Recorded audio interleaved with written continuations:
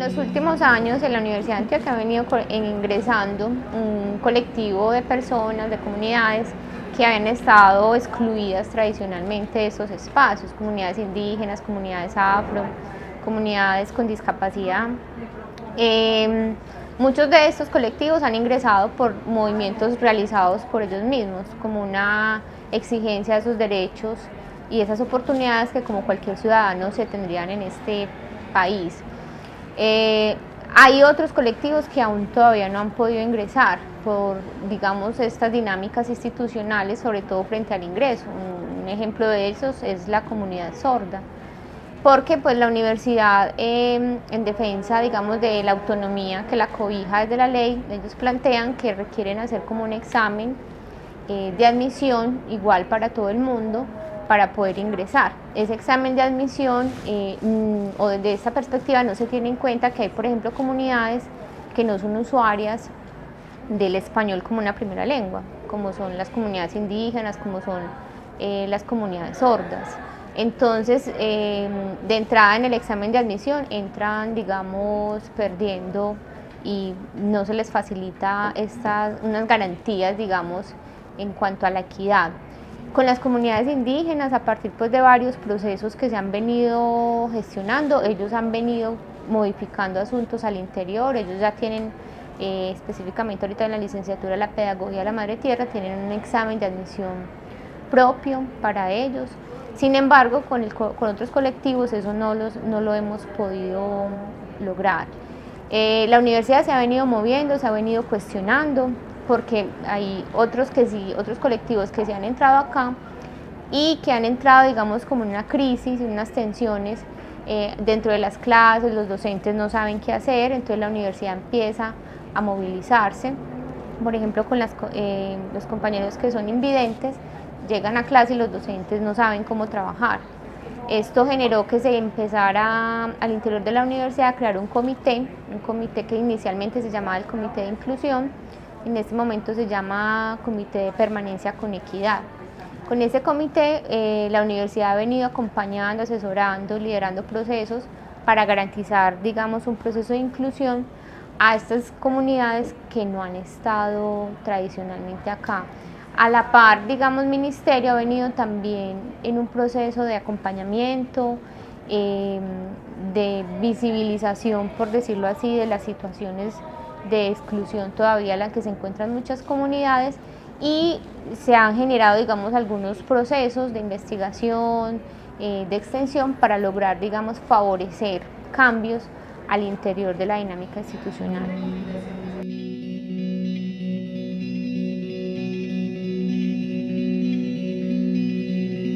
Las recomendaciones, yo considero que cuando estos colectivos ingresan, la universidad no ha sido pensada para estos colectivos, se ha pensado, digamos, de una manera, por decirlo así, hegemónica. Entonces cuando llegan, muchas veces llegan y chocan con las dinámicas institucionales. Es importante que como docentes y que como institución reconozcamos cuál es el momento en el que están estas comunidades, cómo llegan, de dónde llegan, para poder empezar a generar otras dinámicas, acompañarlos, ser una institución que acoge, no que excluye. Es importante entonces, por un lado, reconocer. Por otro lado, también sería dialogar con ellos todo el tiempo, sentarse, que ellos mismos generen un movimiento al interior de la universidad a partir de esas necesidades y de esas expectativas que tienen frente a la universidad.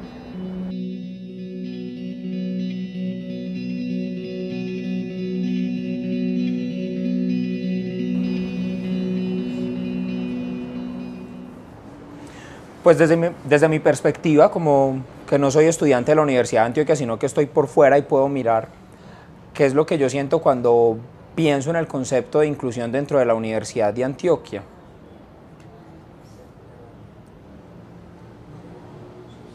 Veo que es un concepto muy promocionado y que se habla mucho en la teoría y en los documentos y en muchas partes, pero en la práctica no veo que sea como muy real. Veo que para algunas comunidades en específico sí lo está. Veo las comunidades indígenas, las comunidades afro, las comunidades ciegas, las comunidades oyentes, Sí se han ganado un espacio en la universidad, pero tampoco para esas comunidades que ya están dentro del proceso es fácil, ¿cierto? Ha sido un proceso de lucha y sigue faltando para esas comunidades, incluso que ya están dentro de la universidad, falta ganarse muchos espacios todavía y falta por ganar muchas luchas al interior, como que sea un proceso completo o que todo el proceso universitario que se sigue con las comunidades sea adecuado a las necesidades que cada una de esas comunidades tiene, no hay, ¿cierto? Y otras comunidades pues no hemos podido siquiera ingresar. Los sordos no estamos dentro de la Universidad de Antioquia, los ciegos sí están, los afros sí están, los indígenas sí están, pero las comunidades sordas no están. Y es un proceso de lucha donde digamos que la universidad nos diga bienvenidos o nos haga sentir bienvenidos en este espacio, no lo hay.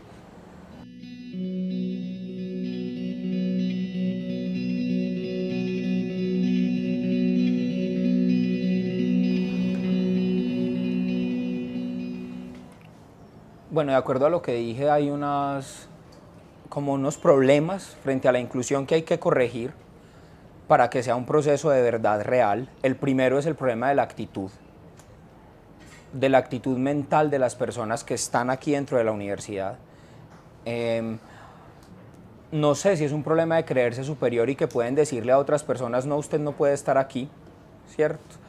Pero sí creo que es un problema que necesita ser transformado. Y necesita ser transformado no solo desde la actitud mental, sino también desde las políticas que están definidas en los reglamentos universitarios y en las políticas universitarias, donde se hable específicamente de una aceptación de las lenguas diversas de las personas que habitamos este departamento y reconocer toda la diversidad de lenguas que existen y saber eso qué significa para el acceso al conocimiento, que una persona no hable el español como la primera lengua en cuanto a metáforas, en cuanto a analogías, y ser consecuente con eso. Otro problema que yo veo es el concepto de autonomía universitaria, cómo dialogan los conceptos de autonomía universitaria con el de inclusión en la universidad, porque es un proceso.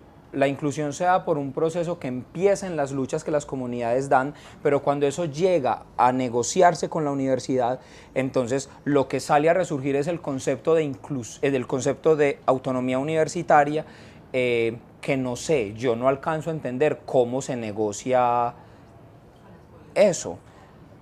Porque la universidad puede decir, yo por autonomía decido que mi examen de admisión es de tal manera y todos lo tienen que cumplir, yo por autonomía decido que la lengua que privilegio es esta, yo por autonomía decido, y entonces los que no cumplimos eso, que la misma autonomía universitaria está diciendo, entonces quedamos excluidos.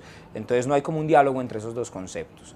En realidad, ahí es donde se juegan las oportunidades reales de acceso que tienen las poblaciones y lo que la universidad podría hacer. Entonces no se está ofreciendo una oportunidad real a toda la población para que pueda acceder a la universidad, y habría que hacerlo.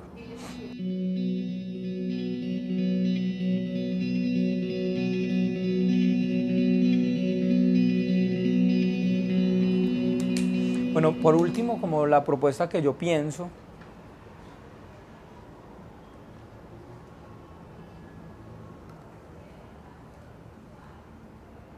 es que no podría ser un proceso de inclusión para la comunidad sorda, para cualquier comunidad, pensado solamente desde la universidad sin que la comunidad esté participando. Tiene que ser un proceso de diálogo permanente con las comunidades y buscando el concepto de equidad y no el de igualdad.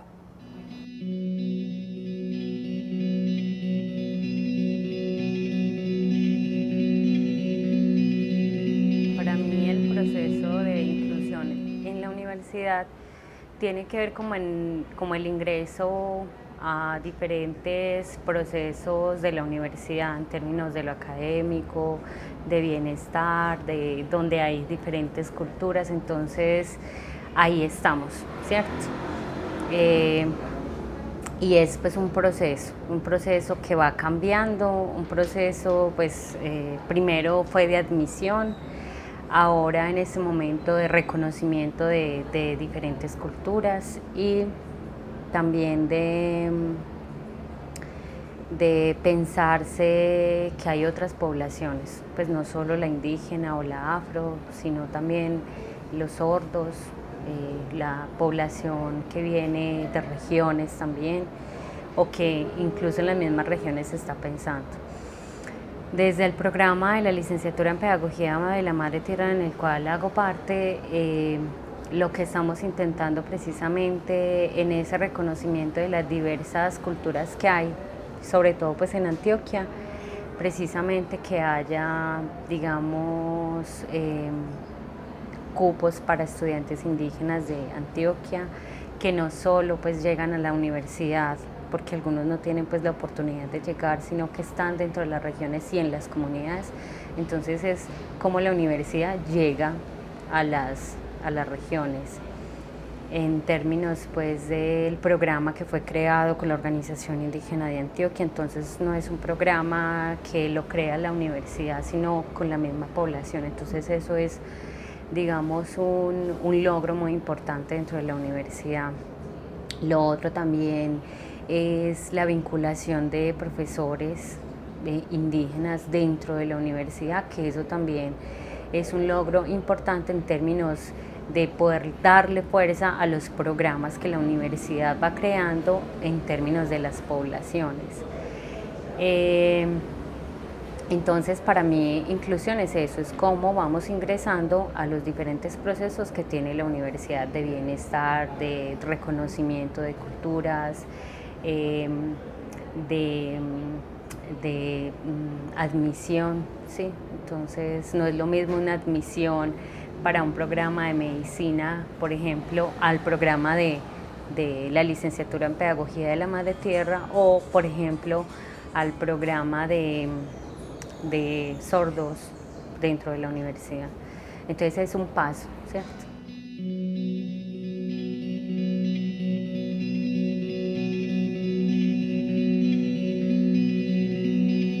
Sí, no es simplemente un programa que se va a dedicar a, digamos, pensarse en la enfermedad, en la salud, sino que es un programa integral.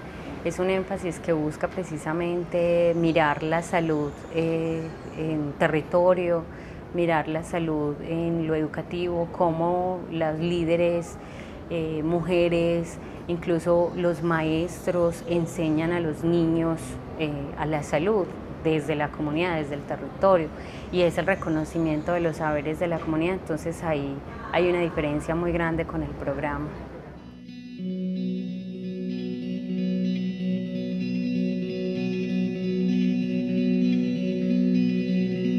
Sí, pues es un proceso difícil en términos de que en las comunidades el papel de la mujer dentro de procesos políticos y sobre todo pues institucionales son difíciles en términos pues de dar la participación.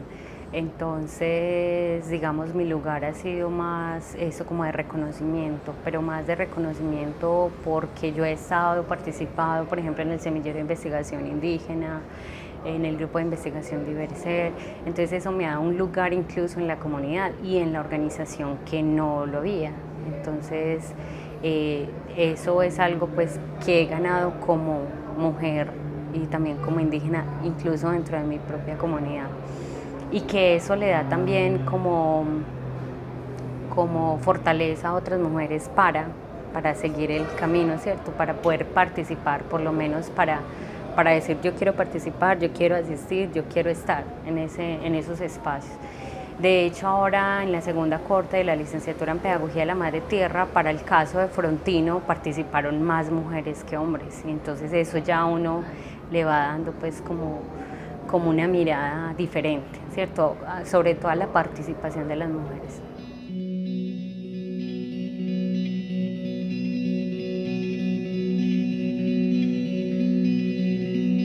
Que recomendaciones como un reto que tenemos los diferentes programas que estamos participando en el proceso de inclusión de la universidad es el asunto de generar políticas precisamente para pues, que no se olvide la historia, ¿cierto? Que ahí estén presentes siempre cuando se vaya a hacer un proceso de admisión, cuando por ejemplo, haya, digamos, recursos económicos para el desplazamiento de profesores a las comunidades, incluso el reconocimiento a sabios y sabias que son muy importantes dentro del proceso. Entonces, cómo la universidad reconoce, ¿cierto?, que participan también personas que no son escolarizadas, que no tienen pues un bachiller, ¿cierto?, pero que dentro de la comunidad son muy importantes. Entonces, cómo se genera la política que reconozca precisamente eso. Entonces, es un reto.